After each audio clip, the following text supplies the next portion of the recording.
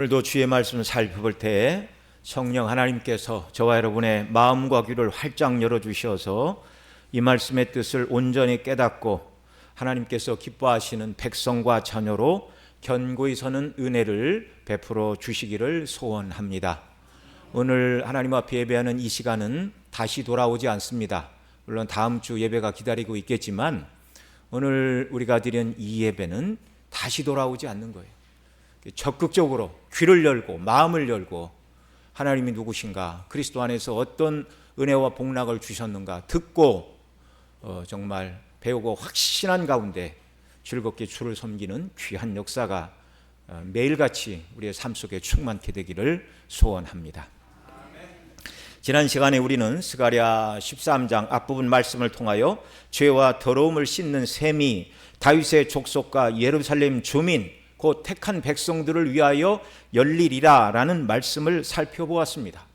여러분, 이 셈은 누구를 위하여 열리는 것이었죠?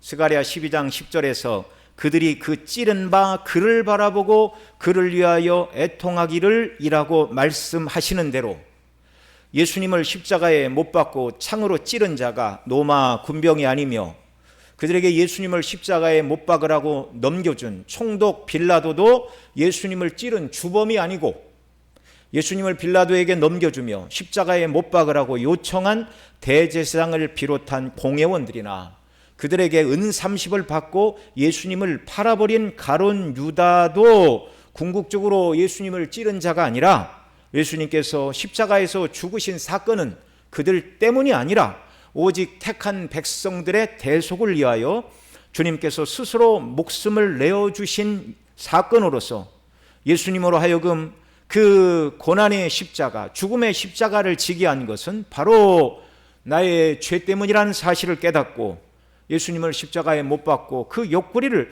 창으로 찌른 자는 바로 나 자신의 죄, 곧 내가 예수님을 찌른 자라는 것을 성령 안에서 깨닫고 애통하고 통곡하는 그들에게 그들의 모든 죄와 더러움을 씻는 셈이 열릴 것이라는 말씀이었습니다. 이 셈은 예수 그리스도의 몸에서 흘러나온 보혈의 피가 바로 죄와 더러움을 씻는 셈이 되었는데, 누구든지 예수님이 나의 죄와 더러움을 씻어주시기 위하여 보배 피를 흘리셨다는 사실을 믿을 때 항상 그 사람 앞에는, 내 앞에는 죄와 더러움을 씻는 보혈의 섬이 열려있는 줄 믿으시기 바랍니다. 이 셈에서 죄를 씻어주신다는 말씀은요, 첫째로 죄의 책임에서의 구원인 것을 말씀드렸습니다. 예수님의 죽으심이 나의 죄를 대속하시기 위한 죽음인 것을 믿는 자들에게 예수님께서 완성하신 의를 근거로 의롭다 하시는 칭의의 구원을 베푸심으로 모든 죄의 책임에서 구원하여 주시는 은혜, 이것이 이 셈에서 죄를 씻어주신다는 말씀의 의미입니다.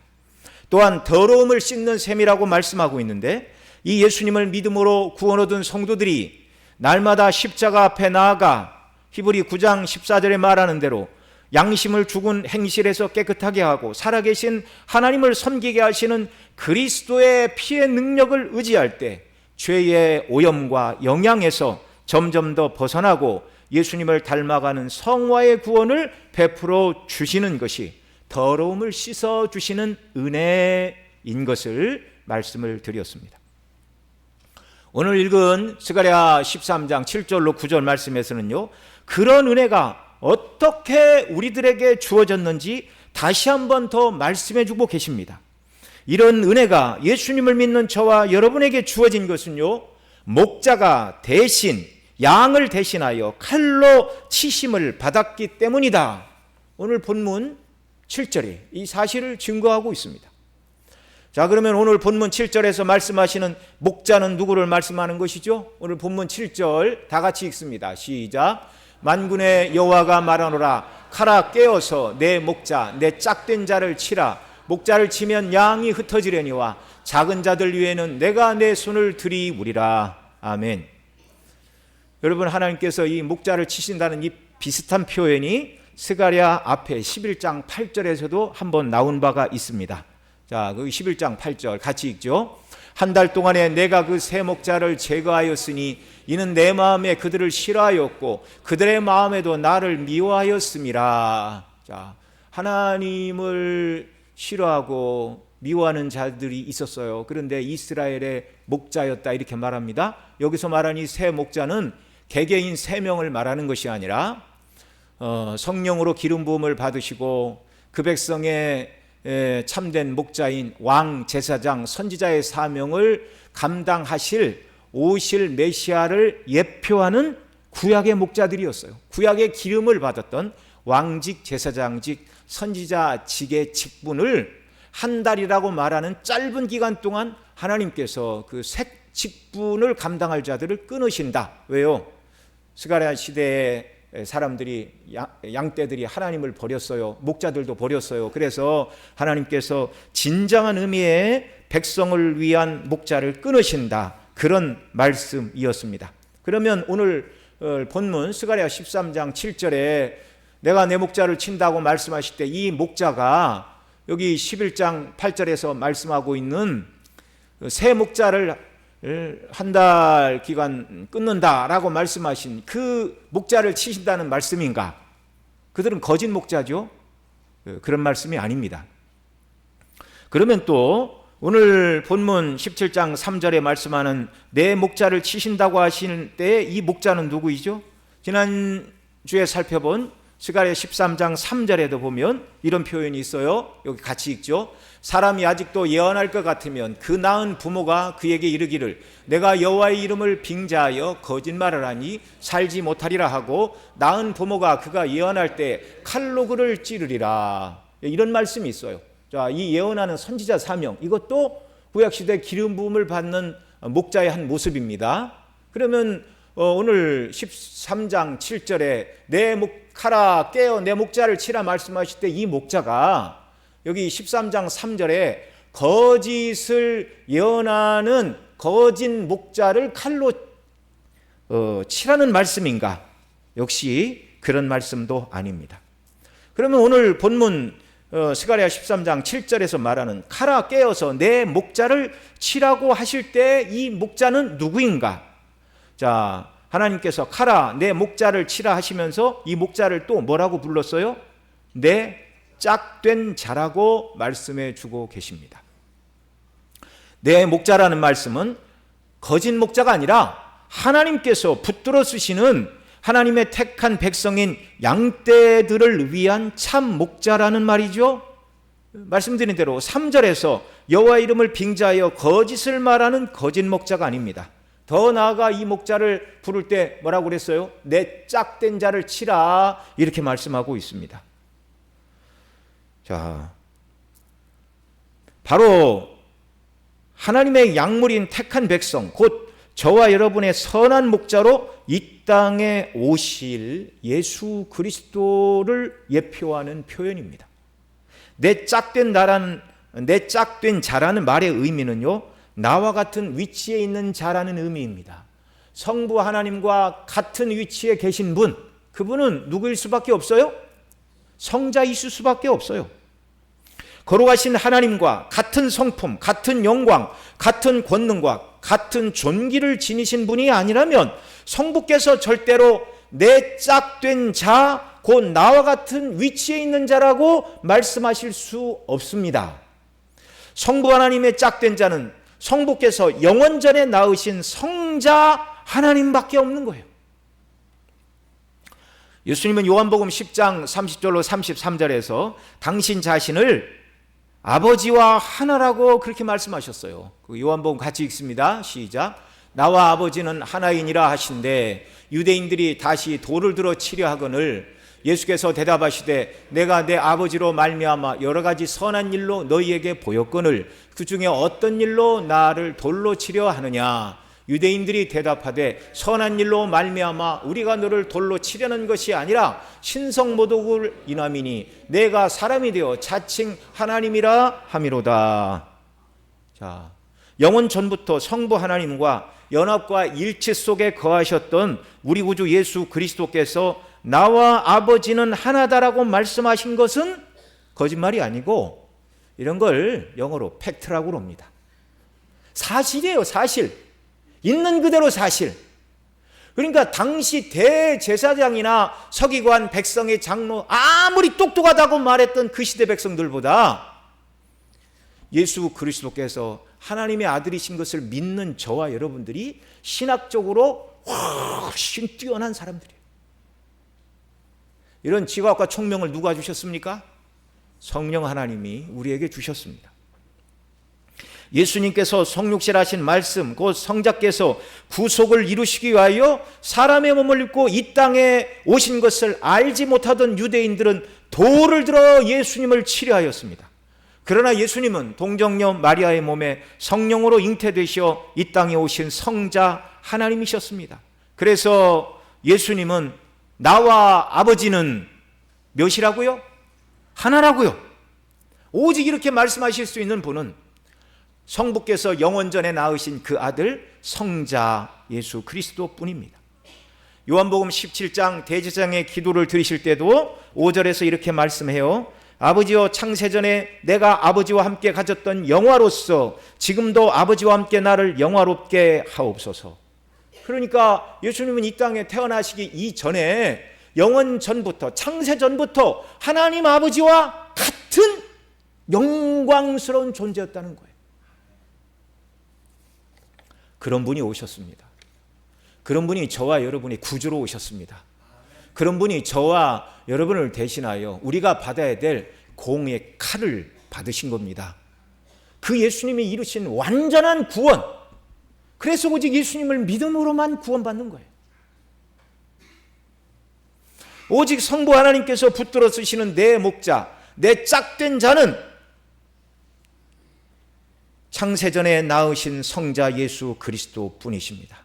성부와 성자는 창세전부터 영원한 연합과 일치 속에서 항상 함께 계신 분으로서 위격으로서는 아버지 하나님, 아들 하나님으로 구분되시나 본체로는 한 분 하나님이신 이신 그분이 택한 백성의 선한 목자로 이 땅에 오셨습니다. 그분이 누구시라고요? 예수 그리스도시라고요. 여기 7절에서 칼아 깨어서 내 목자, 내 짝된 자를 치라고 하실 때 칼은 범죄한 자들에게 그 죄값을 묻는 공의의 도구로서 심판하시는 심판의 칼을 말합니다. 여러분, 자녀를 징계할 때 회초리나 막대기로 하지 칼로 자녀를 징계하는 부모가 있어요, 없어요? 없어요. 칼은 징계의 도구가 아니라 무엇의 도구라고요?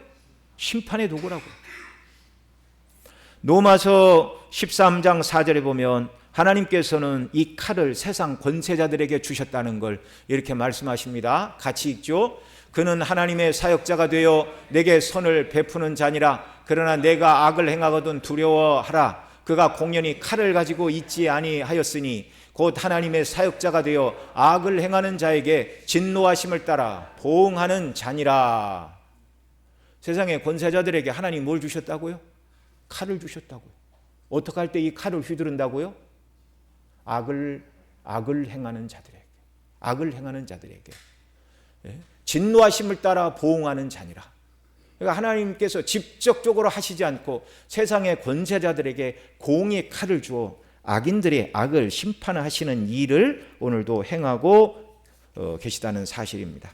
여러분, 세상 권세자들이 선을 행하는 자들에게 상을 주는 기능도 있지만 무엇보다 악을 행하는 자들을 처단하는 칼의 권세가 없다면 어떤 나라도 공의가 설 수 없고 힘없는 자들이 보호를 받을 수가 없는 거예요. 그러니까 세상 권세자들에게 하나님께서 공의의 칼을 주신 것은 은혜입니까? 은혜가 아닙니까? 은혜지요. 은혜예요. 뿐만 아니라 하나님께서 세상 권세자들에게 칼을 주셨을 뿐만 아니라 하나님께서도 직접 공의의 칼로 세상의 악한 정권들과 모든 인생을 심판하시는 분이심을 믿으시기 바랍니다. 물론 믿지 않는 자들 중에 이 땅에서 그들이 지은 죄와 악에 대하여 하나님의 공의의 심판이 이 땅에서는 다 시행되지 않고 죽는 자들도 더러 있습니다. 시편 73편이 그 문제를 다루고 있어요. 그래서 이 시편 기자는 악인의 형통을 보고서 나는 거의 실족하여 넘어질 뻔했다 그렇게 고백하지요. 이유는 그들이 죽을 때에도 고통이 없고 그 힘이 강건하고 사람들이 당하는 고난도 없고 어떤 재앙도 당하지 않기 때문이다. 그런데 심지어 악인들은 이 땅에서 항상 평안하고 재물은 더욱 불어난다 이렇게 말하고 있어요. 공평해요? 불공평해요? 불공평하죠. 그런데 자기는 조금만 잘못해도 아침마다 징계를 받으니 내가 하나님을 경외하고 오늘식으로 예수님 믿고 죄를 짓지 않고 하나님 뜻대로 살라고 아등바등 힘을 쓰는 게 도대체 무슨 의미가 있습니까? 그 말이에요. 이 믿음을 포기할까? 믿지 않는 사람처럼 한번 살아볼까? 이런 유혹이 들어왔다 그런 말입니다. 그런데 이 시편 기자가 성소에 들어갈 때 하나님께서 그 악인들의 종말을 깨닫게 하셨어요. 악인들이 이 땅에서 평안하고 죽을 때까지 악에 대한 심판을 받지 않고 재물이 늘어남으로 하나님이 어디 계시냐? 전능하신 하나님이 우리 말을 어떻게 듣느냐? 심판이 시행되지 않으니까 교만한 말을 하여도 시편 기자가 깨달았어요. 그들은 참으로 미끄러운 곳에 서 있다. 마치 표현으로 얘기하면 절벽 위 이 큰 바위 위에 얼음이 얼어 있어요. 이렇게 경사가 졌어요. 한 발만 잘못 디디면 쑥 미끄러져서 그냥 밑에 수백 몇 다리로 추락한다고 한번 생각을 해보십시오. 미끄러져 떨어지면 그 사람 어떻게 되겠습니까? 온 몸이 다 으스러지는 거죠. 성소에 들어갈 때 하나님께서 이 시편 기자에게 총명을 주셨어요. 그들은 참으로 미끄러운 곳에 서 있다. 한 걸음만 더 나가면 죽음과 함께 영원한 파멸에 떨어질 자들인 걸 깨닫게 하셨어요. 그리고 의인이 조금만 잘못해도 고난과 징계를 주시는 것은 죄를 버리고 하나님을 경외하는 믿음의 삶을 살라는 것인 줄 이 사람이 깨닫게 된 것입니다. 악인이 세상에서 누리는 형통은요, 그리고 이제 그 다음에 그 얘기를 해요. 20절까지. 악인이 이 세상에 누리는 형통은 사람이 밤에 잠을 자다가 잠시 꿈을 꾸는 것과 같다 그렇게 고백합니다. 잠을 자다가 꿈을 꾸는 것과 같이 이 세상의 삶은 영원에 비추어 보면 잠시 지나가는 삶이에요. 한여름밤의 꿈과 같은 것이 영원에 비추어 보면 이 땅의 나그네의 삶인 줄을 믿으시기 바랍니다. 여러분, 누가 아침에 되어서 밤에 자다가 꿈을 꾸었어요. 좋은 꿈을 꾸었어요. 그래도 그건 지나가는 거예요. 악몽을 꾸었어요. 아침이 되었습니다. 그 꿈은 지나가는 거예요. 우리가 영원한 하나님 나라에서 눈을 뜨게 될 때 이 땅에서 악인이 누렸던 그 모든 형통과 평안함, 이 모든 것들이 다 뭐라고요? 꿈과 같이 지나간 시간이 되는데 깨어난 사람이 현실에 부딪히면 꿈 생각합니까? 안 합니까? 안 하죠. 그 시편 73편 18절에서 20절 우리 같이 여기는 읽습니다. 시작. 주께서 참으로 그들을 미끄러운 곳에 두시며 파멸에 던지시니 그들이 어찌하여 그리 갑자기 황폐되었는가? 놀랄 정도로 그들은 전멸하였나이다. 주여, 사람이 깬 후에는 꿈을 무시함같이 주께서 깨신 후에는 그들의 형상을 멸시하시리이다. 아멘.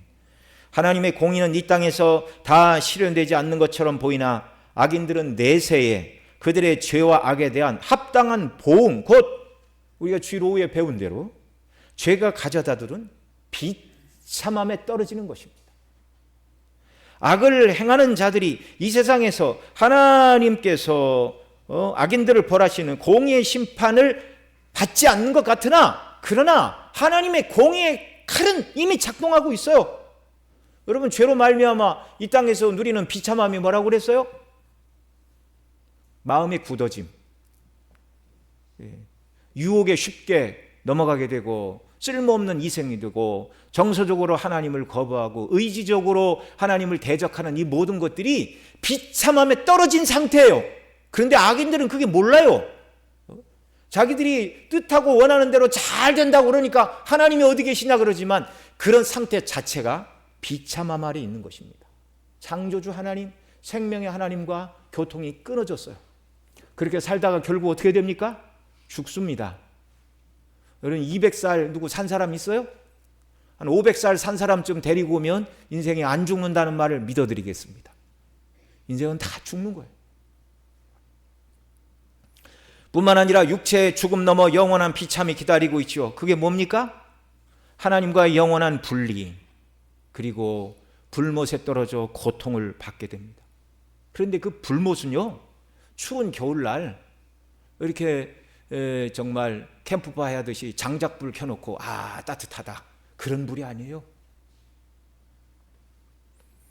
지옥 형벌 곧 불못을 성경에서는 영원한 목마름의 세계라고 말합니다. 부자와 나사로의 비유를 통하여 주신 말씀처럼 음부에 떨어진 부자가 나사로의 손끝에 물 한 방울만 찍어 자기 혀를 서늘케 해달라고 요청하였으나 거절당하였습니다. 영원한 목마름이 계속되는 곳, 생명수 샘물이 거기는 없어요. 영원한 목마름이 계속되는 곳입니다. 뿐만 아니라 그 지옥을 마태복음 25장에서는 바깥 어두운 데서 이를 갈미 있으리라 이렇게 말하는데, 거기 지옥에 불이 있다고 그러는데 왜 어두운 곳이라고 그럽니까? 빛이신 하나님이 계시지 않아요. 그곳은 깜깜합니다. 도무지 소망도 희망도 전혀 없고 깜깜한 절망이 계속되는 곳에서 악인들은 영원한 형벌과 수치를 당하게 될 뿐입니다. 살아서 악인들이 하나님의 공의의 심판을 받지 않는다 할지라도 죽어서는 피하지 못하는 거예요. 영원 무궁토록 생명의 하나님과 끊어지는 고통, 불못에 떨어져 영원한 목마름, 영원한 깜깜함, 영원한 수치, 영원한 저주 아래 믿지 않는 자들은 거하게 될 것입니다. 그런데 감사하게도 저와 여러분이 무엇했다고 이 지옥 형벌을 면하고 천국의 백성, 하나님의 자녀가 되었습니까? 아무것도 한 게 없어요. 그저 은혜로, 오늘 본문이 말하는 것처럼 우리의 목자 되신 예수 그리스도께서 저와 여러분이 받아야 되는 하나님의 공의의 칼의 심판을 목자께서 대신 받아주셨기 때문입니다. 믿으시기 바랍니다. 이게 복음이에요. 예수 그리스도를 믿어 하나님의 자녀와 백성된 저와 여러분들에게는 이제 더 이상 하나님의 공의의 칼이 내려지지 않습니다. 예수님께서 우리를 대신하시어 하나님의 공의의 칼인 십자가의 죽음을 통하여 우리가 받아야 될 칼의 심판 다 받아주셨기 때문이죠.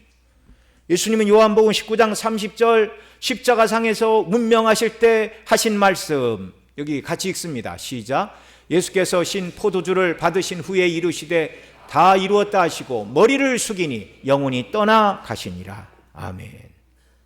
다 이루었다. 헬라어로 테텔레스타이, 모든 부채가 다 지불되었다. 택한 백성, 저와 여러분의 죄값에 대하여 하나님이 물으셔야 될 그 모든 값을 예수님이 십자가에서 피로써, 생명으로써 다 지불하고 끝내셨다는 말입니다. 선한 목자이신 예수님께서 요한복음 10장 11절에서 양떼를 위하여 목숨을 버리실 목자라고 말씀하십니다. 여기 같이 있죠? 나는 선한 목자라. 선한 목자는 양들을 위하여 목숨을 버리거니와. 여러분 누가 우리를 위하여 목숨을 버려준 그런 사랑을 받아본 적이 있습니까? 부모가 자녀를 위해 죽는 것도 쉽지 않죠. 근데 누가 도대체 나를 위해 목숨을 버릴 수가 있다는 말입니까? 로마서 5장 8절에 보면 우리가 죄인 되었을 때, 로마서 5장 10절에 보면 우리가 하나님과 원수 되었을 때 그 아들을 내어주셨다 이렇게 말해요. 하나님을 기쁘시게 할 만한 선인과 의인의 삶을 살아갈 때 아들을 내어주신 것이 아니라 죄인이요 원수된 저와 여러분들을 위하여 하나님의 아들을 내어주셨고, 선한 목자 되신 우리 주 예수 그리스도께서는 각기 제 길로 간 길 잃은 양떼, 잡혀 죽을 양떼, 고집을 피운 쓸모없는 양떼를 택하시고 그 양떼를 대신하여 목숨을 버리신 선한 목자라는 말입니다. 여러분, 세상에 홀로 버려지신 것 같습니까? 아무도 나를 사랑하는 사람이 없고 광야와 같이 홀로 버려진 존재라는 생각이 드십니까? 누구든지 예수 그리스도를 믿기만 하면 그분이 목자가 되어주시고 내가 너를 위해 목숨을 버린 선한 목자라고 오늘도 우리 심령에 성령으로 간곡하게 말씀하시는 그의 음성을 들으시고 예수님 믿고 구원받으시고 하나님의 자녀로 행복하게 이 땅을 살아가시기 바랍니다.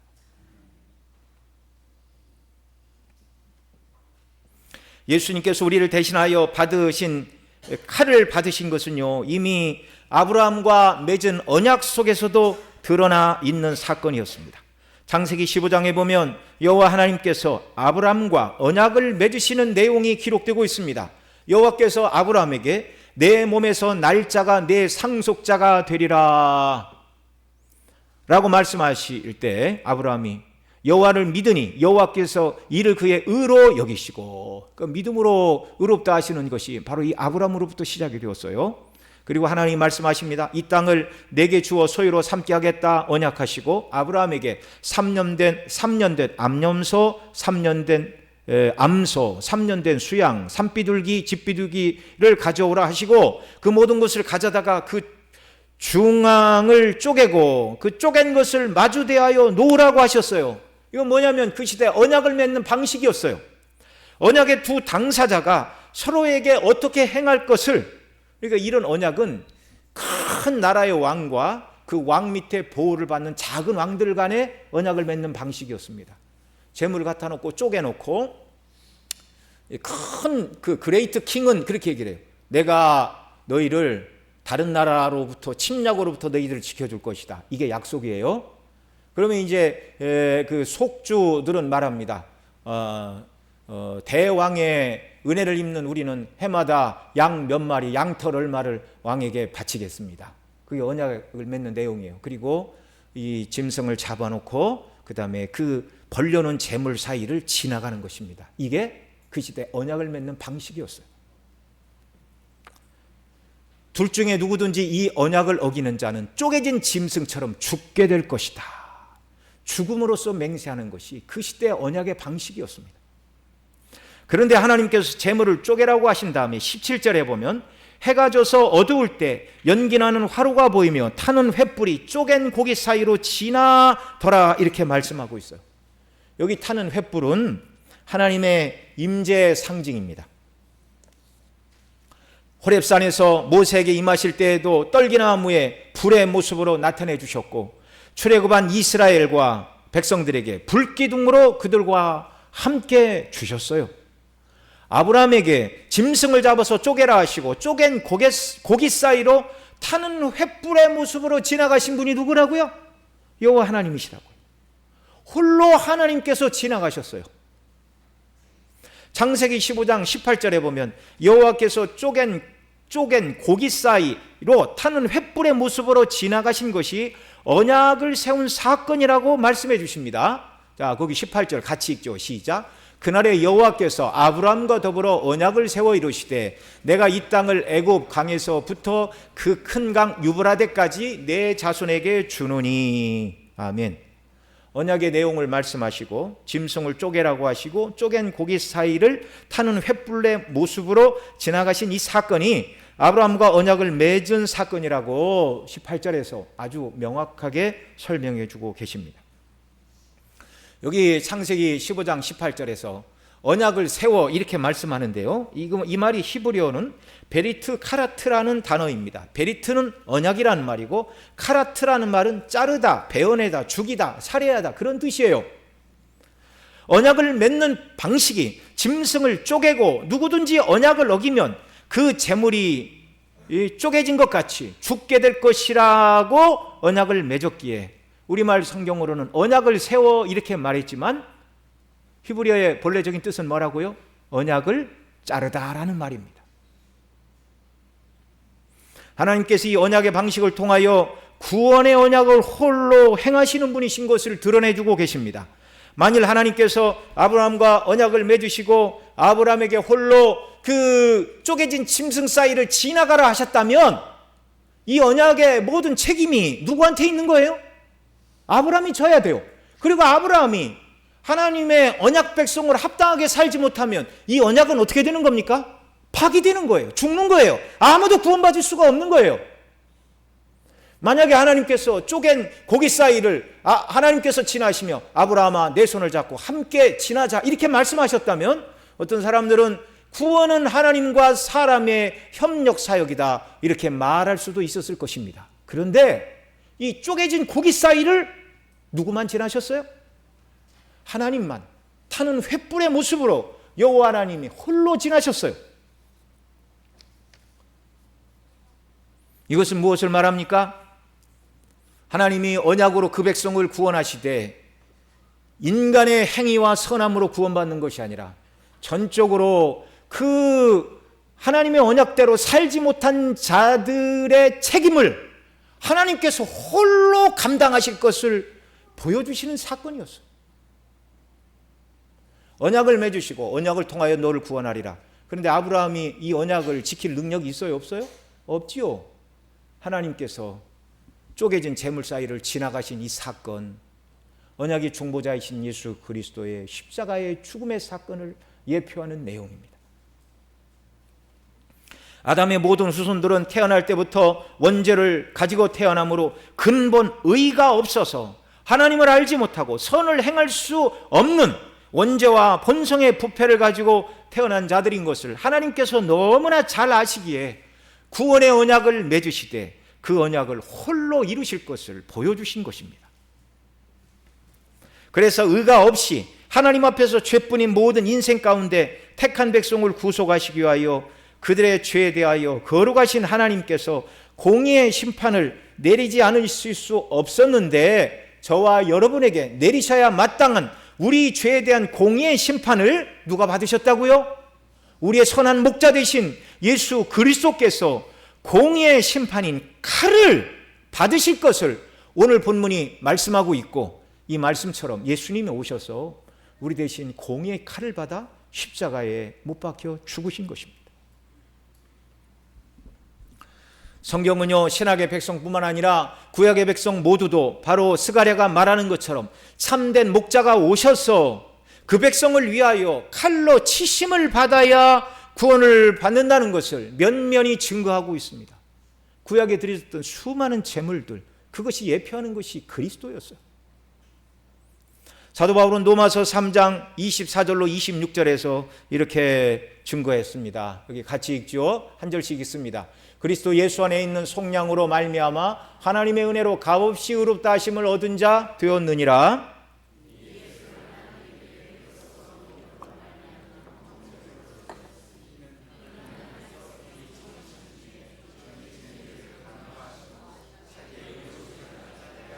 (26절) 같이 읽습니다. 곧 이때 자기의 의로우심을 나타내사 자기도 의로우시며 또한 예수 믿는 자를 의롭다 하려 하심이니라. 아멘. 여기 24절에서는 뭐라고 말씀합니까? 예수님 안에 있는 속량, 곧 대속의 방식으로 하나님의 은혜로 값없이 의롭다 하심을 얻어 구원에 이른다라는 사실을 명백히 증거하고 있어요. 그 다음 25절에서는 그의 피로 믿음으로 말미암는 화목제물을 세우셨다 말씀하시면서 하나님께서 길이 참으시는 중에 전에 지은 죄를 간과하심으로 자기의 의로우심을 나타내려 하심이니, 이렇게 말씀하고 있어요. 자, 여기 전에 지은 죄를 간과하셨다. 여기 전에 지은 죄는 누구의 죄입니까? 저의 죄입니까? 여러분의 죄입니까? 구약 백성들의 죄를 말하는 거예요. 구약의 백성들, 구약의 택한 백성들, 메시아가 오실 것을 믿고 죽은 자들은 지옥에 갔어요? 천국에 갔어요? 천국에 갔어요. 그런데 진정한 의미로 구약 백성의 죄값이 실제적으로 지불이 되었어요? 안 되었어요? 안 되었어요. 그 표현이 전에 지은 죄를 간과하심으로 그 표현입니다.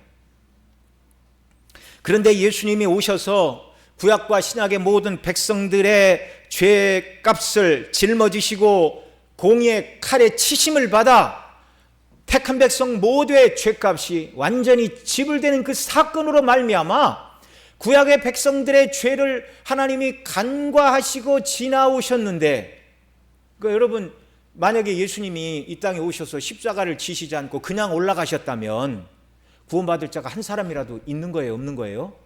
없게 되는 겁니다. 없게 되는 거. 구약의 백성들의 구원은 예수님이 오셔서 이루실 공의의 값을 치르시기 위하여 칼로 대신 심판을 받으실 그 언약 때문에 구약의 백성들은 구원을 받았어요. 그런데 하나님께서 미리 예수님이 죽으실 것을 내다보시고 구약의 백성들의 죄를 용서하시고 그들을 구원해 주신 사건, 이것이 간과하심으로라는 말이고요. 그런데 간과하셨으나 이제는 그 의로우심이 완전히 드러났다. 예수님의 죽으심으로 말미암아 구약의 백성들의 죄값이 완전히 지불되어 구약의 백성들을 구원하신 그 사건이 하나님의 행하신 의로운 사건이 되었다는 말입니다. 그리고 26절 보시면 뭐라고 말씀하고 있어요? 곧 이때 자기의 의로우심을 나타내사 자기도 의로우시며 또한 예수 믿는 자들을 의롭다 하려 하심이라. 예수님으로 말미암아 택한 백성들의 모든 죄값이 다 집을 지었기 때문에 예수님을 믿는 자들을 구원하셔도 하나님이 의로우신 행사가 드러난다는 말이에요. 사단 마귀도 아니 거룩하신 하나님 어떻게 저런 죄인들을 지옥 형벌에 영원토록 멸하지 않고 천국으로 데리고 가 하나님의 백성과 자녀를 삼으십니까? 있을 수 없는 일입니다 라고 사단마저도 감히 하나님 앞에 회방의 말을 할 수 없다 그 말이에요. 완전한 택한 백성의 대속의 값을 그리스도께서 지불하셨기 때문에 예수 그리스도를 믿는 자들을 의롭다 믿음으로 구원하시는 하나님도 의로우시고 또한 예수 믿는 자들 곧 저와 여러분도 완전히 어떤 자들이 되었다고요? 의로운 자들이 되었다고요. 누구 때문에? 예수 그리스도 때문에. 하나님이 행하시는 모든 일들은 다 의로우신 일입니다. 오늘 본문 스가랴 13장 7절에서 가라 깨어서 내 목자 내 짝된 자를 치라는 말씀이 양떼의 죄를 대신하여 선한 목자이신 우리 주 예수 그리스도께서 십자가에서 죽으실 것을 예언하는 말씀이었습니다. 그래서 예수님이 십자가에 달리시기 앞서 체포되실 때 마태복음 26장 31절에 보면 오늘 본문 스가랴 13장 7절의 말씀을 인용하시면서 이제 이 말씀이 성취되었다 그렇게 말씀하세요. 자, 마태복음 26장 31절 같이 읽습니다. 시작. 그때 예수께서 제자들에게 이르시되 오늘 밤 너희가 다 나를 버리리라 기록된 바 내가 목자를 치리니 양의 떼가 흩어지리라 하였느니라. 여기 31절 하반절에 주께서 그 입으로 하신 말씀 기록된 바 내가 목자를 치리니 양의 떼가 흩어지리라 라고 예언하신 말씀이 어느 말씀이라고요? 오늘 본문 스가랴 13장 7절의 말씀입니다. 같은 내용이 마가복음 14장 27절에도 기록되어 있어요. 여기도 같이 읽습니다. 예수께서 제자들에게 이르시되 너희가 다 나를 버리리라 이는 기록된 바 내가 목자를 치리니 양들이 흩어지리라 하였음이니라. 아멘.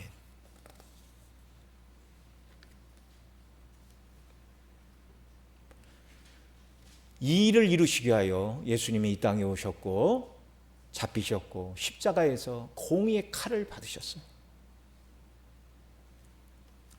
7절 하반절에 보면 목자를 치면 양이 흩어지려니와 작은 자들 위에는 내가 내 손을 들이우리라 이렇게 말씀해 주고 계십니다.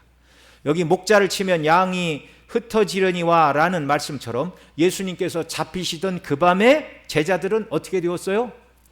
뿔뿔이 흩어졌어요.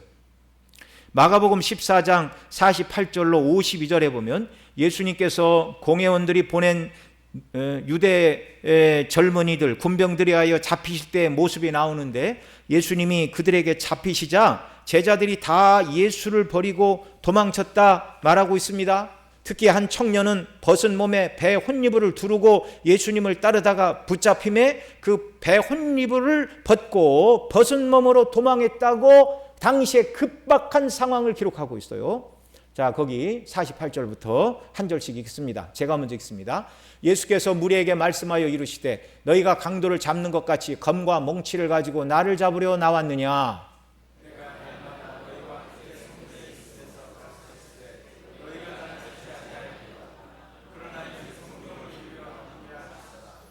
제자들이 다 예수를 버리고 도망하니라.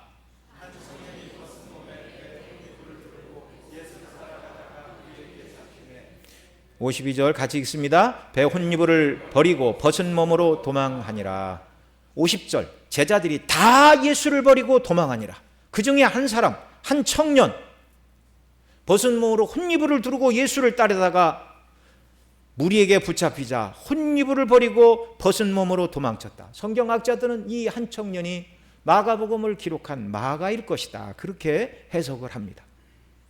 여러분, 예수님이 왕이 되실 것이라고 생각하고 따르던 그들은 예수님이 잡히시자 목자를 잃은 양처럼 뿔뿔이 흩어졌습니다. 그러나 그것으로 끝이 아니었어요. 만일 예수님께서 제자들의 생각과 같이 세상의 왕이 되시려고 오신 것이었다면 좀 더 철저하게 준비하셔서 로마 군인들을 다 쫓아내시고 특히 유대 공회원들의 지지를 얻는 일을 행하셔야 마땅했습니다. 그러나 그런 일을 행하러 오신 메시아가 아니에요. 예수 그리스도께서는요, 유다가 노마의 압제에서 신음하는 억압을 풀어주는 정치적인 메시아로 오신 것이 아니었습니다. 또한 먹고 사는 문제를 해결해주는 경제적인 메시아도 아니었고, 병든 자를 고치시는 의사 메시아로 오신 것도 아니었습니다. 물론 예수님이 오병이어 이적을 행하시고 병든 자를 고치시고 죽은 자도 살리셨지만 그것은 예수님이 메시아라는 사실을 보여주는 사건이었고, 예수님이 행하실 유일한 일은 당신의 양떼 택한 백성을 대신하여 하나님의 공의 칼을 받고 그 백성의 죄값을 위하여 죽으시는 이 일을 위하여 오셨습니다.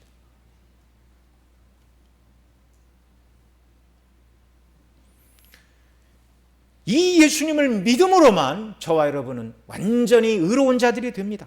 사도 바울은 고린도후서 5장 21절에서 우리 죄를 대신하여 예수님께서 대속의 죽음을 통하여 우리 죄가 다 용서받았을 뿐만 아니라 우리의 의가 되셨다는 사실을 위대하게 성령의 감동 가운데 증거하고 있어요. 여기 같이 읽죠. 시작. 하나님이 죄를 알지도 못하신 이를 우리를 대신하여 죄로 삼으신 것은 우리로 하여금 그 안에서 하나님의 의가 되게 하려 하심이라. 아멘. 이 구절이 그 위대한 이중 전가의 교리를 가르쳐 주세요. 우리의 모든 죄는 그리스도에게로, 그리스도의 모든 의는 우리에게로 전가가 되었습니다.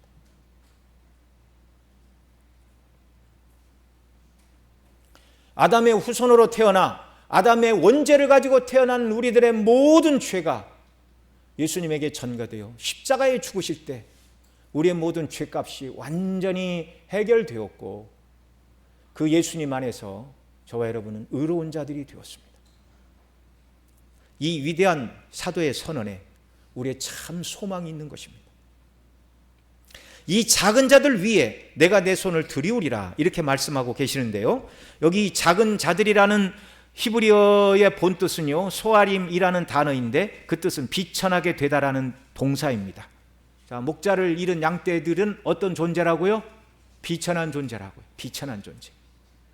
이 비천한 존재, 그 비천한 존재들에게 내가 내 손을 들이우리라.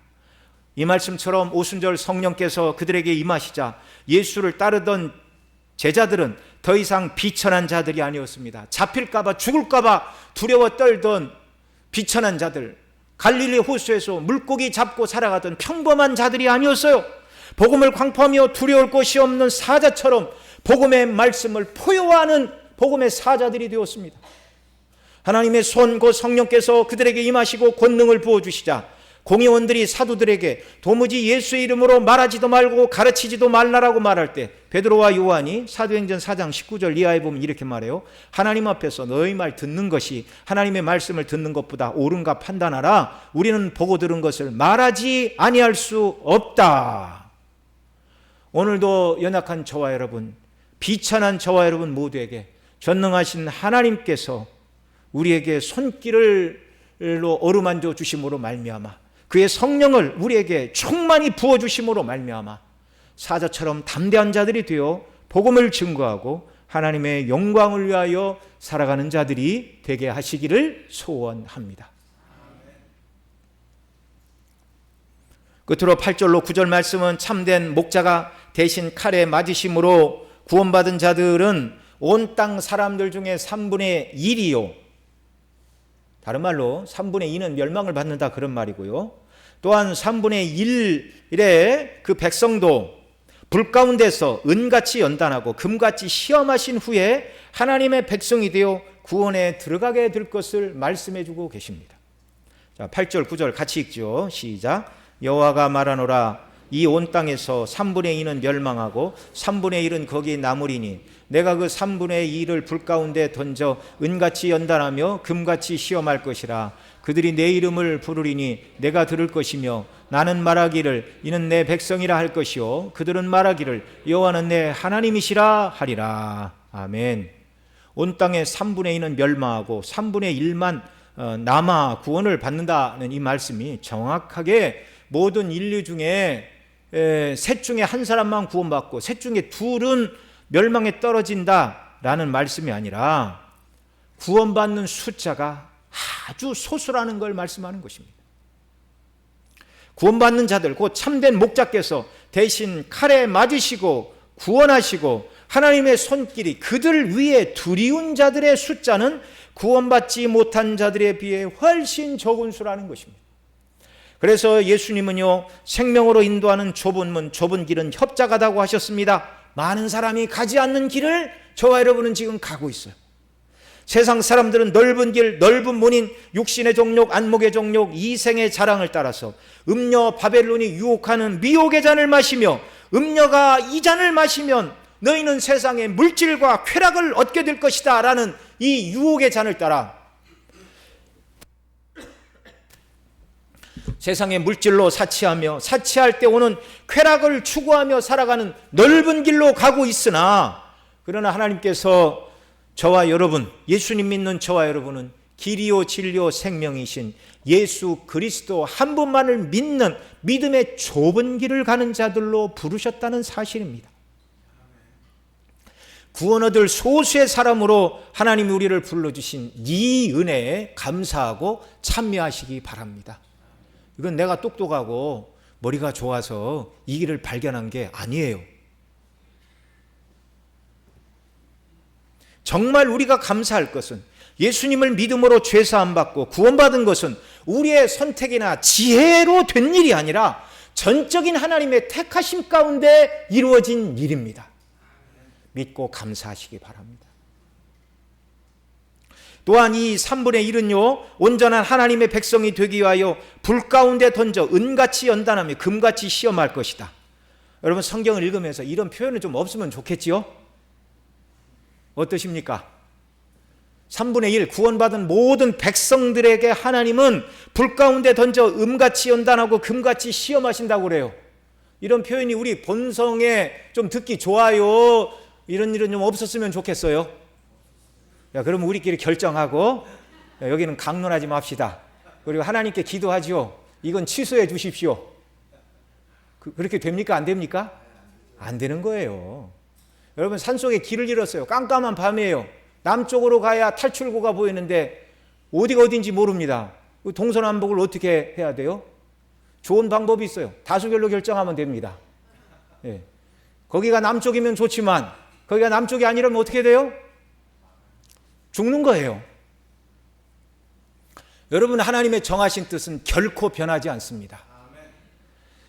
자, 불 가운데 던져 은같이 연단하고 금같이 시험하신다는 이 말씀대로 저와 여러분이 이 땅에서 살아가게 될 줄을 아시기 바랍니다. 이게 무슨 말인가 우리가 알아야 되겠죠. 이 말씀은 목자가 되신 칼을 받아주신 양떼들의 삶이 어떠해야 하는가를 보여주시는 거예요. 목자의 사랑을 받아 목자께서 대신 공의의 칼을 받아주신 주님의 모든 양떼는 불 가운데 던져 은같이 연단하고 금같이 시험하신다는 말입니다. 여기 금같이 시험한다라고 하는 말이 이게 뭐 죄로 유혹한다 그런 표현이 아니고 히브리어로 바한이라는 단어인데 검증되다, 녹여서 금속을 시험하다 그런 말이에요. 불로 금속을 연단하면 타는 점이 낮은 찌꺼기들은 불순물은 다 타고 없어져서 순결한 은과 순결한 금만 남는 거예요. 3분의 1 참된 목자께서 우리 대신 칼을 맞으신 구원받은 당신의 백성들을 은같이 금같이 불 속에 던져 연단하시는 이유가 뭐라고요? 우리 신앙에 있어서 모든 불순물을 제거하시겠다라는 말씀입니다. 예수 그리스도께서 십자가의 고난으로 우리를 구원하신 것처럼 우리도 고난을 통과할 때 불 가운데서 은과 금을 음과 금이 연단되어 불순물이 제거된 순수한 은, 순수한 금이 되는 것과 같이 우리도 고난과 시련을 통과할 때 하나님께서 기뻐하시는 온전한 백성과 자녀가 되게 하신다는 말씀입니다. 시편 66편 10절에서도 이렇게 말해요. 같이 읽습니다. 하나님이여 주께서 우리를 시험하시되 우리를 단련하시기를 은을 단련함 같이 하셨으며. 아멘. 여러분, 거듭난 성도의 심령에도 죄악된 본성의 원리가 폐잔병처럼 남아있어요. 누구처럼 남아있어요? 폐잔병처럼. 우리를 주장하지 못해요. 그러나 성령의 인도하심을 받지 못하면 폐잔병이 고개를 쑥 듭니다. 그리고 악한 본성의 원리를 따라 살아가려고 우리를 주관하는 것입니다. 본성이. 그래서 우리는 불로 연단하는 금과 은과 같이 환난과 고난을 통과하여 연단을 받아야 됩니다. 그래서 우리가 하나님의 백성으로 서는 것을 방해하는 불순물들인 죄와 악한 본성을 이기고 점점 더 예수 그리스도를 닮아가는 자들이 되게 하시는 것입니다.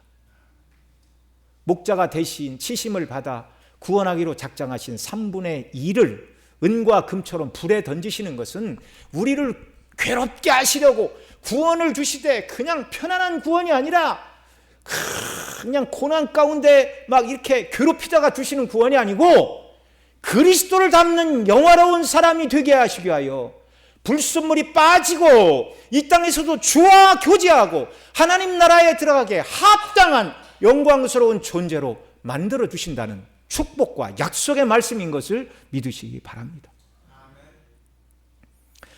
그런 성도들이 하나님의 이름을 부르리니 내가 들을 것이며 나는 말하기를 이는 내 백성이라 할 것이요 그들은 말하기를 여호와는 내 하나님이시라 말하게 될 것이라. 9절에서 결론적으로 말씀해 주고 계십니다.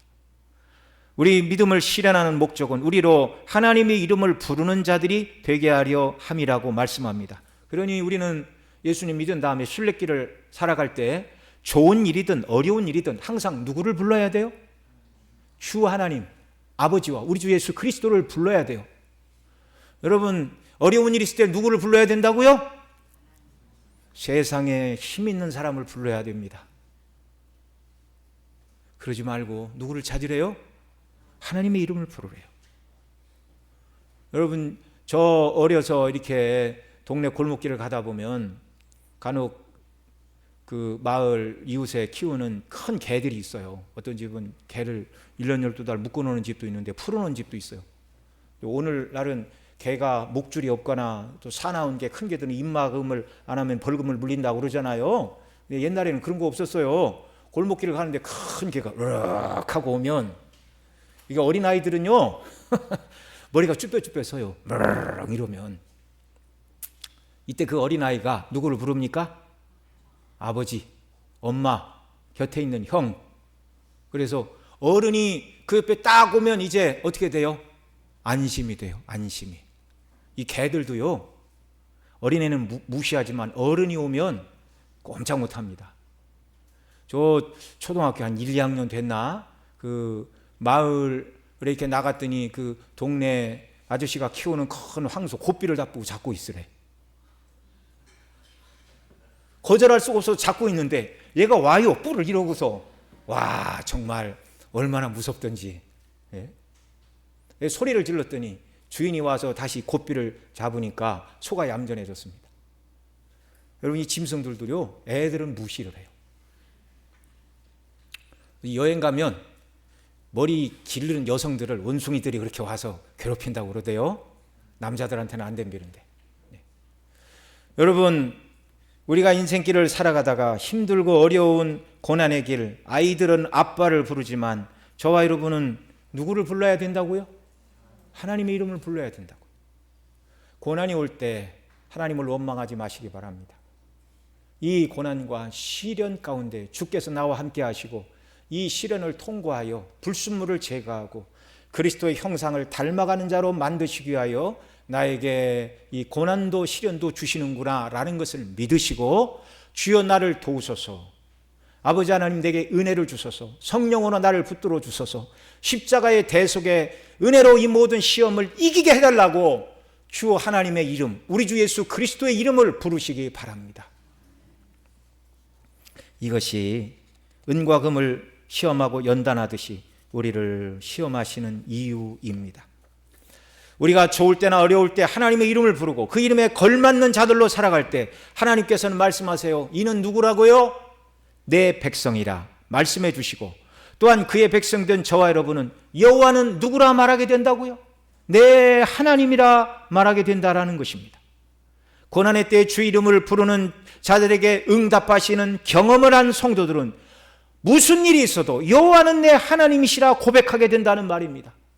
과거의 조그마한 사건 가운데 어려울 때 불렀더니 그 소리를 들으시고 나를 도우신 하나님께서 지금 내 힘으로 감당하기 어려운 태산처럼 큰 문제가 내 앞에 있다 할지라도 여전히 주 하나님의 이름을 부를 때, 우리 주 예수 그리스도의 이름을 부를 때 그분이 내 문제, 내 삶에 개입하사 이 모든 것을 능히 이길 수 있는 힘과 은혜 주심을 믿으시기 바랍니다. 그래서 여호와는 내 하나님이시라고 고백하게 하시는 거예요. 우리 순례길의 삶에서 다른 누구의 이름도 부르지 않고 오직 여호와만으로 나의 하나님을 삼고 순례길을 살아가는 자들이 되시기를 바랍니다. 이런 자들을 주께서 부르시는 날 하나님의 장막이 사람과 함께 있는 천국에서 하나님과 함께 거하게 될 것인데, 계시록 21장 3절 4절에 이렇게 말해요. 그들은 하나님의 백성이 되고 하나님은 친히 그들과 함께 계셔서 모든 눈물을 그 눈에서 닦아 주시니 다시는 사망이 없고 애통하는 것이나 곡하는 것이나 아픈 것이 다시 있지 아니하리라. 아멘. 이런 자들이 아버지의 나라에서 영생의 복락을 누리게 될 줄로 믿습니다. 우리 이 말씀 붙들고 함께 기도하시겠습니다. 선한 목자 되신 우리 구주 예수 그리스도께서 우리가 받아야 되는 공의의 칼의 심판을 대신 받으실 것을 오늘 본문이 말씀해 주고 계시고, 이 말씀대로 예수 그리스도께서 오셔서 우리가 하나님께 받아야 되는 모든 공의의 형벌을 칼로 다 받으셨어요. 그리고 죽으셨어요. 하나님 아버지, 성령님을 충만히 내게 허락하사 우리가 받은 이 대속의 은혜와 사랑이 얼마나 영광스럽고 존귀한가, 날마다 이 대속의 은혜의 강수가 내 심령에 흘러넘치게 하여 주옵소서.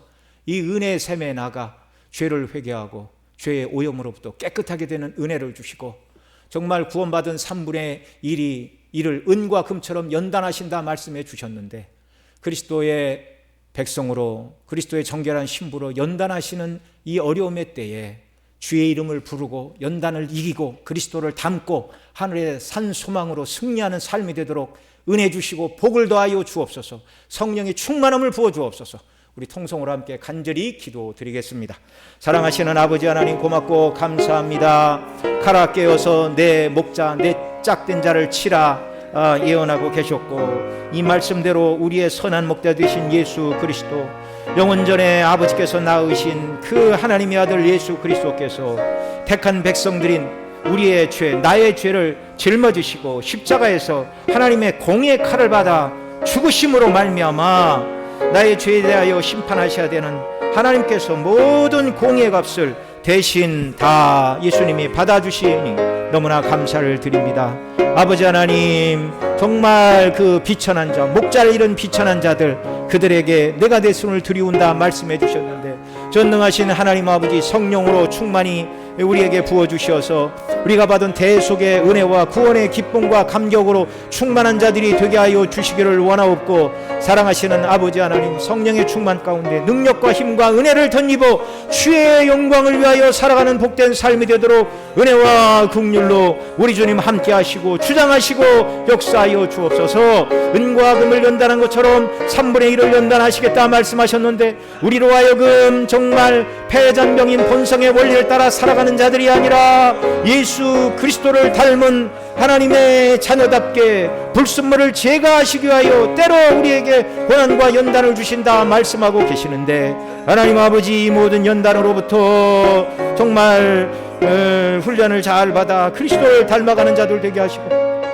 어려움의 순간, 환난의 순간, 고난의 순간 주 하나님 아버지와 우리 주 예수 그리스도의 이름을 부르게 하시고 도우시는 은혜를 힘입어 날마다 이 땅에서 주와 동행하고 주께서 부르시는 그날 아버지의 나라에서 영생을 누리는 복락에 참여하는 자들이 다 되는 은혜 위에 은혜를 허락하여 주시옵소서.